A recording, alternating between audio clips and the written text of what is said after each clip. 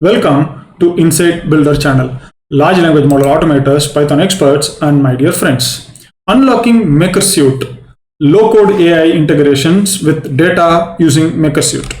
What are we going to look in this particular discussion? So the challenge solved is low-code AI integration. How is MakerSuite going to help in this particular aspect? So to just give you a brief, MakerSuite is a product, I should say it's a service that has been created by Google to get access to their large language model text Bayesian 01 and chat Bayesian 01. And also it gives access to their embeddings also. This MakerSuite service is working in parallel with the Vertex AI service that I have already covered. So if you guys are new to this large language model ecosystem, then I would suggest that take a look at this playlist in my YouTube channel, where I introduce the Vertex AI part of the large language models, how to connect with large language models in Google Cloud Platform. In case of the MakerSuite, what happens is, so if you need to come up to speed with large language models, if you want to understand the applications, I would request you to take a look at these series of videos. Apart from that, what MakerSuite is? So MakerSuite is kind of this is the IDE that you will get once you have access to MakerSuite. And MakerSuite is very similar to what you have already seen with various other large language models like ChatGPT, or if you have worked with Mosaic ML, or if you have worked with Clarif AI or Cohere. So it is very similar to that, but apart from the regular prompt where you can directly have a chatbot and chat with it, this particular interface provides a way to develop prompt. So this is one of the crucial aspects that I want to highlight about MakerSuite. Currently, MakerSuite is still in invite basis only, so you have to join the waitlist. And recently, in fact, today morning, I got an access to this MakerSuite service, and I immediately wanted to share this information with you guys.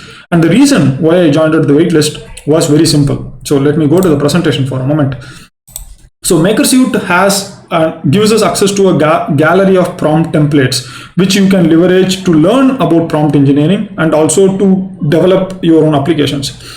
Once you develop the applications, MakerSuite does a very good work when it comes to integrating with Python, FIREBASE, and various other Google applications. So I am repeating, it integrates with Google applications in native fashion. So I will explain to you what is native fashion, because Google MakerSuite has inbuilt functions that allow you to directly link with Google Drive documents. So I will show you a couple of examples on how to do that. You will need a low code capacity to work with these features. So this is why I call low code.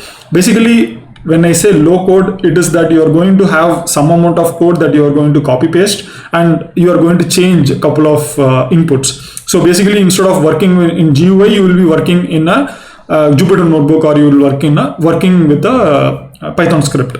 But at the end of the day, you are still not actually coding. You are just giving inputs.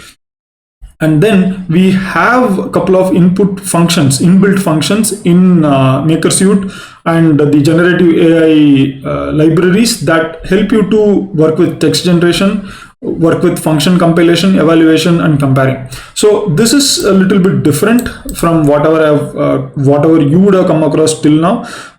It helps you, this evaluation and comparing helps you to compare the results to the results that is given by the large language model with the results that you are looking for.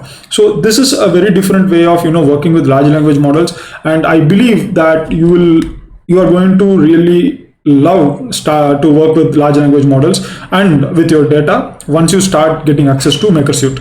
I believe you like this video. Do leave a like and share it with others. Subscribe to my channel for further updates on similar videos like large language models, open source databases, libraries, and ecosystem around big data. So I cover various topics, so do subscribe and benefit for yourself. With that said, let me go to the browser back.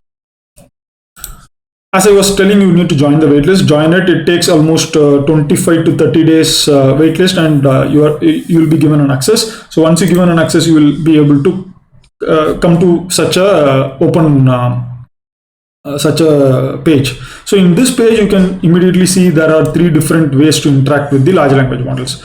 There is chat, there is data, and there is text prompt. And you can, I don't need to explain any of these things. It's already well explained by the GUI itself. But what I want you guys to take a look at is this create API key. Why we need this API key. So let us click on this API key and see what happens. So I already have created an API key today and I've already used it. And here below you can see you can use this API key and start accessing this particular you can use this API key and do some kind of text generation, write a story about magic backpack, and it will start creating the output. And you can do this right in your command prompt. So curl is an application that you can use in your command prompt and you can start getting the output. So let me show you in a moment. So this is the terminal that you are seeing, and I am just copying whatever you found in the GUI and I am going to execute this. And this particular command execution will connect with the API endpoint. That is, yeah, you see this is the output that you have got, and you see the output, the story about the story that you requested for, and it connected through the text bison 001 model and it generated the text. So this is how simple it can get. Apart from that, it also provides you the ways of understanding what kind of data has been created. So you can check whether the output has some kind of harmful or so the data that needs to be censored. You can actually check that, and you can control it also. So it is the way Google has operated is more in the side of safety and also in the side of giving control. So you are given control to share this particular data that is getting created. So even if the probability of harm category is on the higher side, you can still decide to share it or not to share it. The control is with you. So this is one of the good, at the same time challenging aspects of working with Google. With that said, I would like to go back to the browser. We right now have seen how to directly start using whatever they have given. So don't worry about the API key. I can just delete the API key and create a new one. So this is how the API key suite works. And once that is done, so you are all set. So you have got access to API key, you have it saved it somewhere for your reference, and now you can come and create prompts. So you have to just click on create, and the moment you click on create, you will be first of all given an option to work with various existing templates. So you can click on any of the sample templates and you will immediately see that you can do such kind of summarization, and you can get the summary here. So you can just run it and you can immediately understand what goes on. So this is very similar to how you have worked with various large language models, right? This is not something that it's new. What is new is, first of all, the gallery. So if you let the gallery open, that is one thing that is new. And the next thing that is new is how you work with structured data. So it is asking whether I want to save the prompt. You can always say cancel and it will take you out. So it should not be a problem. The important point I want to talk to you about is the data prompt. So in case of data prompt, what happens is you can actually create a kind of a tabular data, and you can feed the examples to the model. Like for an example, if I'm going to say analogy factory, so this is one of the prompt template that has been already created, and you can immediately see, just a minute, let me bring, yeah. So you can see that this is an examples that has been created. So if I give an input word like busy, so output analogy is like a bee. If input word is like living in a bubble, input word is talking to a brick wall. So these are kind of, let me zoom in a bit so you guys can see. These are kind of analogies that you can create. And now if I want to talk about, say, train. So this is something that came off in my mind. And okay, so sorry about that. I should have used it in the test your prompt. So you should not use it in the input. So these are all the input examples. You need to click on this test your prompt. Click on test your prompt and then provide the input there. So like if I use train here, then the output analogy will be created here. Train is like a river. And if I, for an example, add one more example, if I say sky, and if I ask for run, and see, the point here is you see the output is getting changed every time. This is because large language model is probabilistic, meaning that the output is not same every time that you run. In order to reduce the output, in order to make the output more repeatable, you have to reduce this to as low as possible. Don't keep it to 0, make it to 0.01. So make it to 0.01 like this, and then try to give a run. You will see that at least to a certain extent it maintains its the output continuously. So you see that now the output is maintained. But if I go and change it to, for an example, 9.95, just to show you guys what happens. So now the output will be different for each and every run that you do. So the train, the rails you are on, sky is a giant dome. it's pretty, see, train and express. Sky is like the sea. So you see each and every time the output is different. So this is the difference of working with the temperature. This is how it is different when you are working with data prompt, and there are lots of different kinds of data prompt that you can actually find out in the gallery. So let us go to the prompt gallery.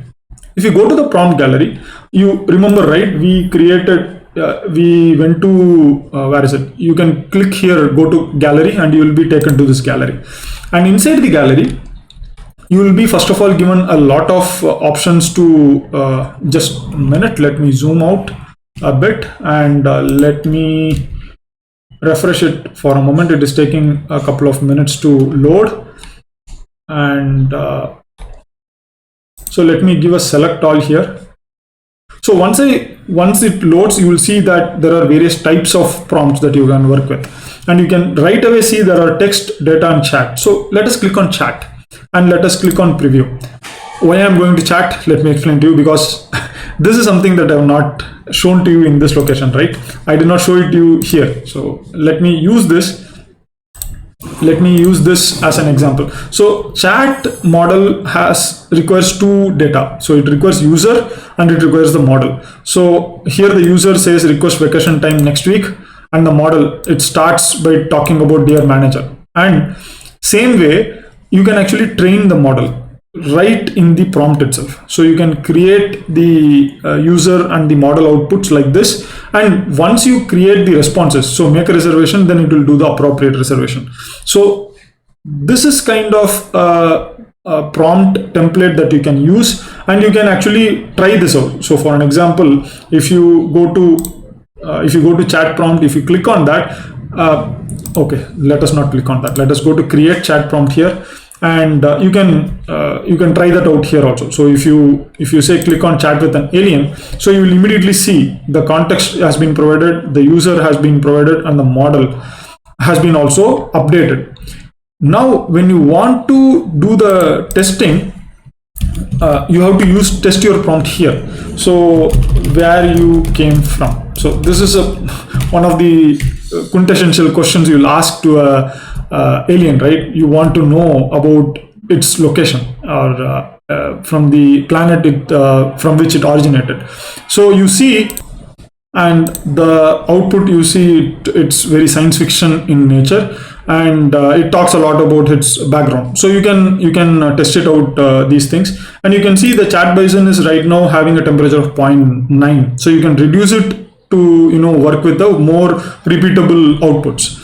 And you can actually change the outputs also. So if you change this output, the number of text data output will be increasing. So instead of one response, you will get 3 responses. So let me actually reduce it to 2, so that it will let us take 2, and let us again ask a different question. So how is Europa's leaders?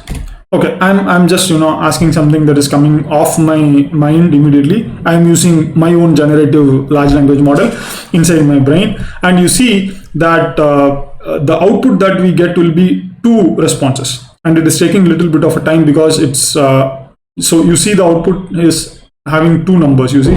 So you can actually change this, and you see Europa's is a moon of Jupiter, and here also you can see that the difference in the output. So like this you can change it. So this is overview that I wanted to provide to you about the MakerSuite, and how you can work with ChatGPT's various kinds of prompt, and also introduce you to the interface. The next thing that I wanted to introduce to you guys is that how this MakerSuite large language model can be connected with the various applications like Python and also with LangChain. So LangChain is one of the library that has become really famous in case of large language model ecosystem. And in this particular discussion, we are not going to use LangChain. We are just going to use Google's generative AI library.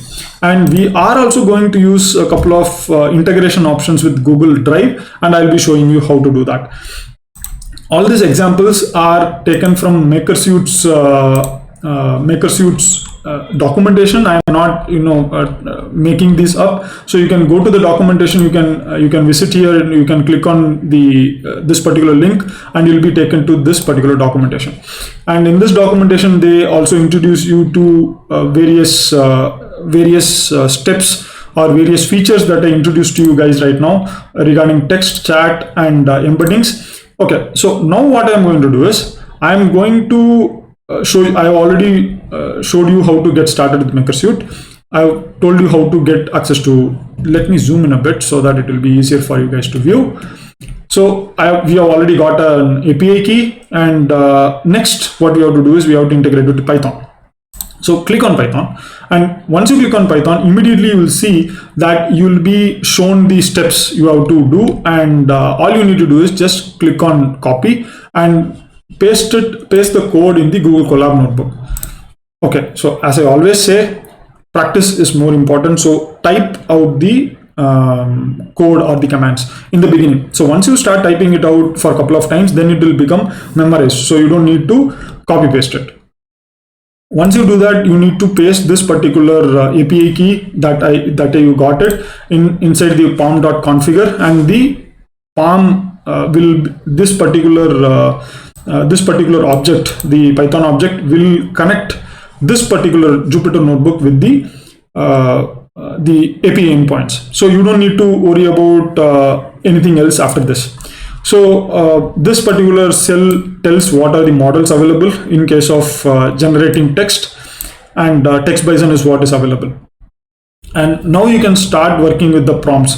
So once you have tested the prompts here, so for an example, once you have tested the prompts in this library and you have already created a couple of prompts, then what you can do is you can copy the prompts directly. So you can take this prompt from here, and then you can paste it here, and you can start working with that prompt without any kind of hassle. So this is the prompt that we are going to send it through the prompt.generate.text method, and then you are going to give these settings. You don't need to change the settings at this moment in the beginning. So we can the model is the model that we are going to work with, that is chat text bison 001. So here it is getting assigned to it, and the temperature is 0, as I was explaining why it should be 0, and the prompt is coming from this particular variable, and the output is what you see here. So immediately you can see that Google's model is able to work with mathematics also, not just that. So next is the embeddings. So here we saw about the basic generation activity from Google's POM model inside Jupyter Notebook. And all you did, you had taken this API, all this code that you're looking at here is same. So you're not going to change it. All you are going to change is this particular API key with your API key, and you're going to change this prompt. And this prompt is going to come from this location, which you have already tested. So it is low code. As I was telling, it's not no code, it is low code. And low code also, you have to give some inputs, right? And the things will become much more interesting as we go down the rabbit hole. So just bear with me. And next is embedding text. So if you want to take any of the text and if you want to embed it, so this is how you do it. Embedding activity is especially useful when you are doing a document QA. In case of Google, there is an extensive discussion on document QA. If you come to this particular area and if you click on document QA, there is a very good example that has been provided. I would urge you guys to take a look at this particular example. You will be really astonished how easy it can be to create document QA with MakerSuite as well as with this API keys. So you don't need LangChain. In fact, it is directly done with Palm, the generative AI library only. So I would suggest you guys to take a look at that, but we are not going to discuss that point right now. I'm just giving you an overview what is going on. What is more interesting is the magics. There is something called as Jupyter magics that you can use inside the Jupyter notebooks. And Google.generative AI.notebook, this particular module has a lot of inbuilt Jupyter notebook magics. And this magics is what going to connect this Jupyter environment and the Palm, the large language model, with the various applications. So if you go to the documentation and if you scroll down, there is something called as Palm Collab Magic. So this is one of the key or one of the difference that I found very interesting that I wanted to share with you guys. Basically, you have to follow this, and once you are able to create this load extension, this particular function or this particular command will load all the magics that is available inside the notebook into the Jupyter environment. And this is how you access all the magics. And there are 4 main magics. There is run, compile, compare, and eval. We will be seeing one by one. Apart from that, there are huge amount of options also. Let me start working with the outputs. So if you are going to just say $sign Palm and run, you will be able to run the same text generation. So how you ran the text generation here in this location, you can do the same thing with this simple command. So you can okay, let me ask the same question. Write me a story about Jack and Jill. Let us see. So this is the output. This is the place where you can generate the data. And the difference here is that the output, you see here, it is actually formatted in such a way that you can directly copy it and you can paste it inside your Excel sheet. Not just that. That is one of the things. So if you click on copy, right, it will actually ask you to see how you want to copy, whether it is JSON, Markdown, or CSV. So these are all a couple of interesting things that you can explore. You can also change the models. I have given some examples here.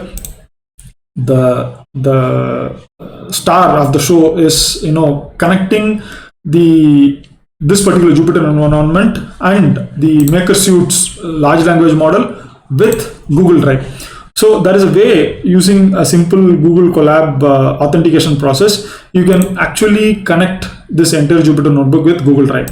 And in that process, you can connect the Google Generative AI notebook with magics. So basically once I execute this, what will happen is it will initiate an authentication procedure. So it will ask you to put your email ID, and it will ask you to give access to your email ID's drive to this particular Jupyter notebook. And once you give access, then you can start working with connecting the sheets, the Google Sheets, with Palm API. And for connecting the Google Sheets, all you need to do is sheet input name, and you have to give the complete document link. So this is an example that I have taken. So this is an example sheet that I have created. So where I am trying to create knowledge graphs from the text data. So this is the text data that I am having, and this is the graph that I am creating.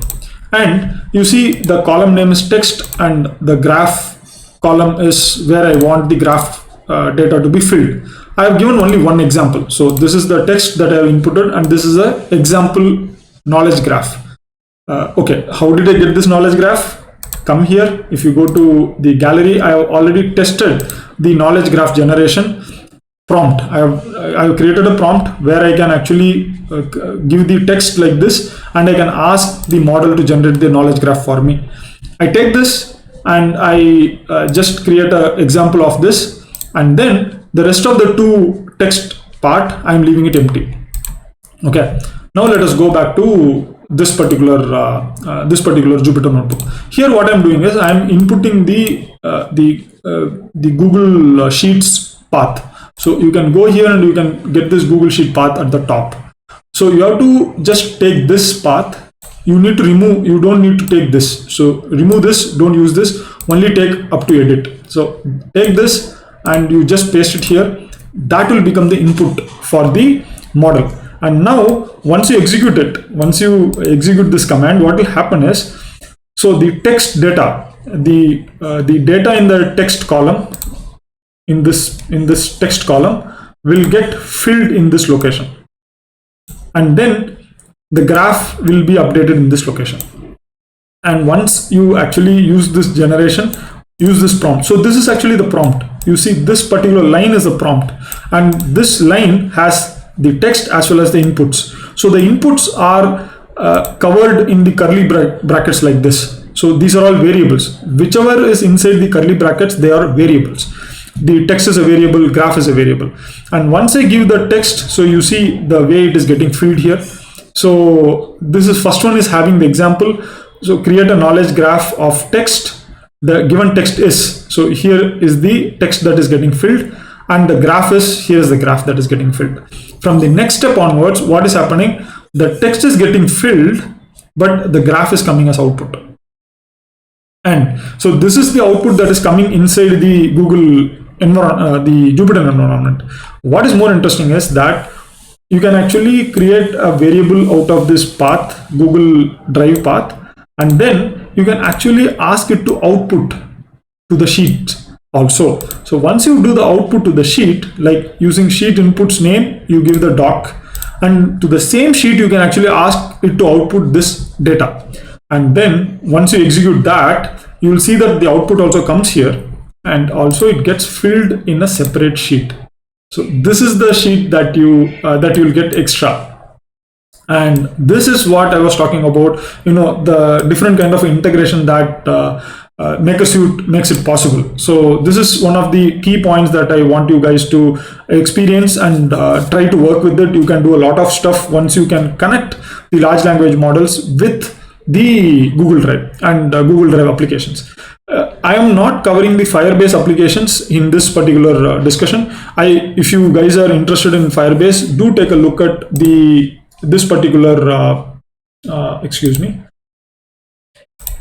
Firebase extension tools, and you will get a good idea from that particular page.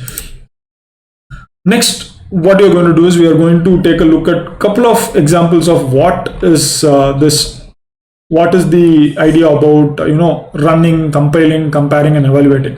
I'm not going to really dive deep into this, but I want you guys to get an idea of what is going on.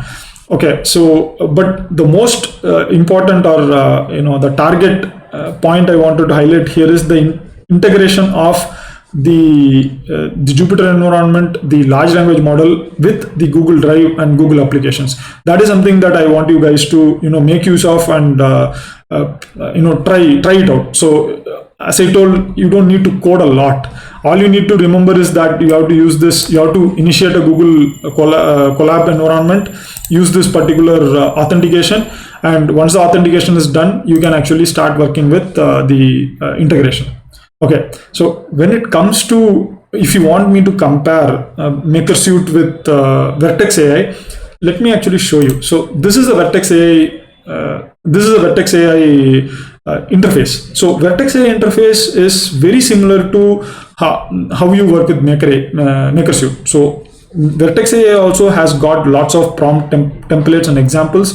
So if you click on text prompt, and if you go into this is a Vertex AI GUI. So it has also got GUI like how you see in MakerSuite. And here also you can learn a lot about prompting. And you can also connect Vertex AI with the code. But the only challenge is, with respect to Vertex AI, you have to do a lot of additional setup for connecting the Vertex AI large language models with your external data like Google Drive or LangChain or Jupyter Notebooks. So it is little more secure and also a little more complicated. When it comes to MakerSuite, it is very user friendly, and all the security aspects of this has been taken care by Google. So you don't need to worry about it. And also you don't need to have a Google Cloud account for working with MakerSuite. So these are a couple of differences that I wanted to highlight if you are thinking, okay, what is the difference between MakerSuite and Vertex AI? So that is one of the detour I wanted to take. Now let us go back to the Jupyter Notebook, and let me again discuss with you regarding the regarding couple of additional things that I wanted to share. So in case of Jupyter Notebook, you can work with these kinds of additional switches in this magics. It is called as inputs. So if you want to work with various words, a list of words, you can create the list of words like this, and then you can make the prompt to change automatically with respect to the list of words. So here, if I execute this, you will see the opposite of word is. So this word is a variable. So this variable is filled from this list.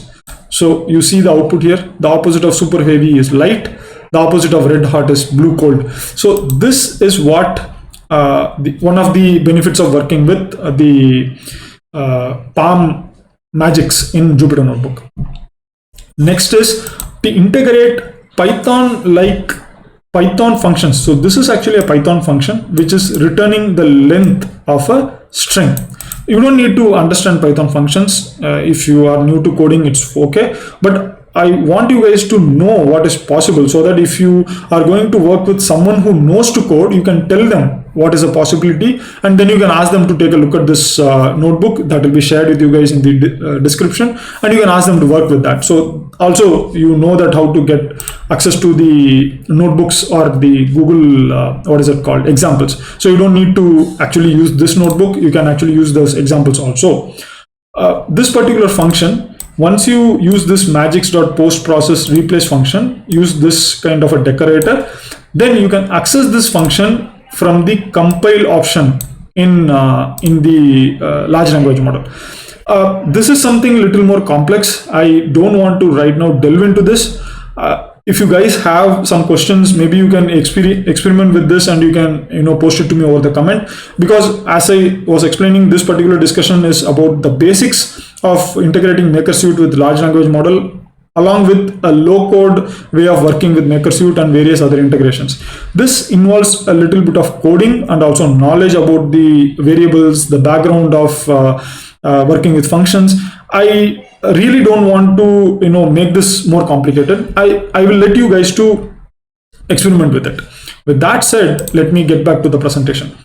So in this short video discussion, we saw the capability that MakerSuite provides you. So it first of all provides you a very good GUI where you can experiment with your prompts, and you can also learn to work with various existing gallery of prompts, and you can connect the large language model, that is Palm large language model, to the Google Drive or Jupyter Notebook or Firebase applications with less amount of hassle when compared to Vertex AI. You saw that how you can integrate the Google Sheets with the Jupyter Magics, and how you can start working with your data that is available inside the Google Drive. This is one of the key crucial things that I wanted to highlight, and I introduced very basic introduction of the functions that is possible with Google Jupyter Magics. So take a look at that. I believe that you would have got a fair understanding of MakerSuite